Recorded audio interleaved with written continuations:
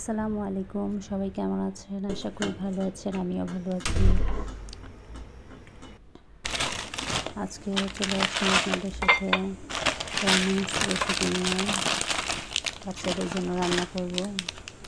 এই ব্লু রামেন্সটা আমার মেয়ে অনেক পছন্দ করে।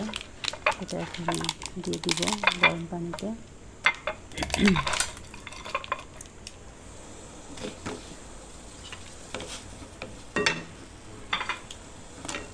তারপর একটু দিয়ে দিব দুধ, তারপর দিয়ে দিলাম একটা ডিম, একটু লবণ,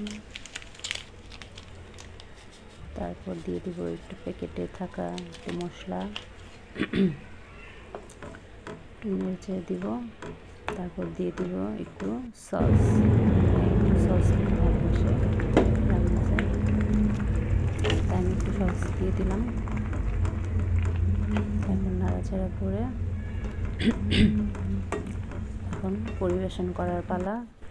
এই তো আমার রামেনটা হয়ে গেছে, এখন আমি পরিবেশন করব। এই তো শেষ আমার রান্না। কমেন্টে বলবেন কেমন হয়েছে।